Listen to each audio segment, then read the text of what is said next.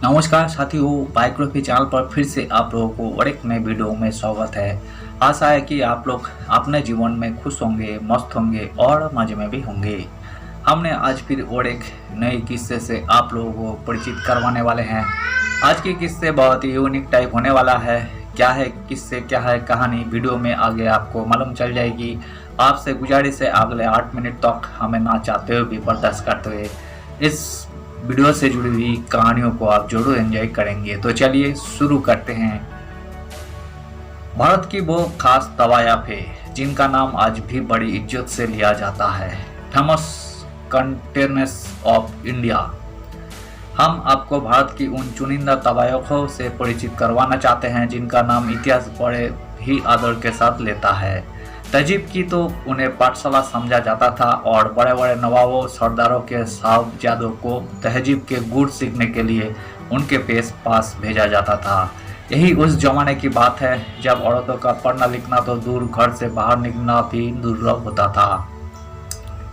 उस दौर में तवायफों की जिंदगी खुद मुख्तारी की मिसाल हुआ करती थी। तवायफ एक दौर में हर मोहल्ले की शान हुआ करती थी और उनके पास बड़े बड़े राजा और महाराजा जाया करते थे और वहां पर रौन लगाया करते थे। कभी तवायफों को बहुत सम्मान की नज़रों से देखा जाता था। शायरी, संगीत, नृत्य और गायन जैसी कलाओं में उनको महारत हासिल होती थी और एक कलाकार के तौर पर उनको बेहद इज्जत मिलती थी। आर्थिक रूप से भी वो काफ़ी समृद्ध हुआ करती थी। ऐतिहासिक दस्तावेज बताते हैं कि 19वीं सदी के अंत में लखनऊ की तवायफ राजकीय खजाने में सबसे ज़्यादा टैक्स जमा किया करती थी। यहाँ तक कि वे चाहे तो शादी करके घर भी बसा सकती थी। ऐसे में आज हम आपको संगीत को एक समृद्ध विरासत सौंपने वाले कुछ चुनिंदा तवायफों पर नज़र डालते हैं जो उस दौर में अपने हुनर से हर किसी को अपना बना लेती थी। लखनऊ के चौक इलाके में एक तवायफ हुआ करती थी, दिलरुबा जहां, जो बड़ा की खूबसूरत थी। उनके चाहने वाले लखनऊ से लेकर आसपास के शहरों तक फैले थे। साल 1920 में लखनऊ में नगर पालिका का चुनाव होना था। चुनाव प्रचार के लिए निकलती तो उनके पीछे सैकड़ों की भीड़ चलती। उनकी सभाओं में मनमानी भीड़ उभरने लगी। हालांकि जब उन्हें मात मिली तो उनके कोटे की रौनक चली गई। रसूलन बाई बनारस घराने की इस महान फनकार वो कलाकार है जिनका जिक्र उस्ताद बिस्मिल्लाह खान बेहद आदर से किया करते थे। उन्हें ईश्वरीय आवाज कहा करते थे। आज़ादी के बाद बनारस में हिंदुओं का सांस्कृतिक बोध कुछ ज़्यादा सबल हुआ। लोगों ने पहले तवायफों के मोहल्ले से गुजरने से इनकार किया और जल्द ही तवायफ के वहाँ रहने पर यात्रा जुटाना शुरू कर दिया और आखिरी दिनों में इलाहाबाद के फुटपाथ पर कुछ कुछ बेचा करती थी। जोहराबाई को भारतीय शास्त्रीय संगीत के पिलर्स में से एक माना जाता है। उनके संगीत का प्रभाव उनके बाद के फनकारों पर साफ देखा जा सकता है। तवायफों की गौरवशाली विरासत में उनका नाम गौहर जान के साथ बड़े ही आदर से लिया जाता है। बड़े गुलाम अली खान भी जोहराबाई का जिक्र बड़े ही भक्तिभाव से किया करते। रिकॉर्ड पर उनकी कोई 78 रचनाएं उपलब्ध है। 1994 में उनके 18 मशहूर गानों को ग्रामाफोन से ऑडियो टेप पर ट्रांसफर किया गया। 2003 में उनकी सीडी भी बनाई गई। जोहराबाई की आवाज़ में पिया को ढूंढ जाओ सकीरे आप सुन सकते हैं। जद्दनबाई 19वीं सदी के शुरुआत में जद्दनबाई एक ऐसा नाम था जिसका जिक्र संगीत के कदरदानों में बेहद आदर से लिया जाता था। बता दें कि ये मशहूर एक्ट्रेस नरगिस की माँ थी। इतना ही नहीं, उन्होंने अपनी आवाज़ के दम पर भारतीय फिल्म इंडस्ट्री की पहली महिला संगीत निर्देशक बनी।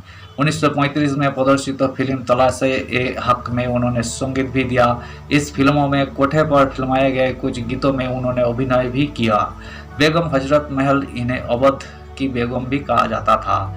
इनका असली नाम मोहम्मदी खानम था। पेशों से तवायफ हजरत महल को खवासीन के तौर पर शाही हरम में शामिल किया गया।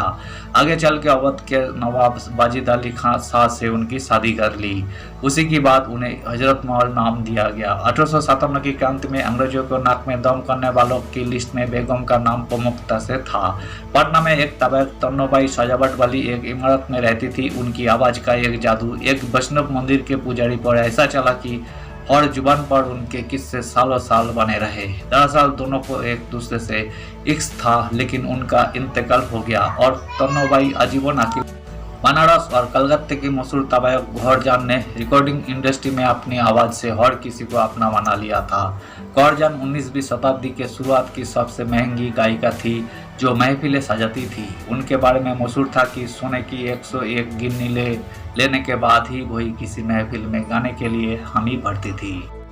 धन्यवाद साथियों, आज की वीडियो में हमने भारत देश के कुछ तबकों के बारे में आप लोगों को जानकारी देने की कोशिश की है, जो कि उस टाइम में उनका नाम बहुत ही इज्जत से लिया जाता था। सो उम्मीद है दोस्तों वीडियो आपको जरूर पसंद आई होगी। वीडियो पसंद आए तो लाइक कर दीजिएगा और चैनल पर अगर आप नए आए हैं तो प्लीज़ एक सब्सक्राइब कर दीजिएगा। और इस वीडियो के बारे में आप अपना ओपिनियन जरूर दे सकते हैं। कमेंट बॉक्स खुला है, आप कमेंट कीजिए। हम आपका कमेंट का रिस्पेक्ट करते हैं और हम आपका कमेंट का रिप्लाई भी करेंगे।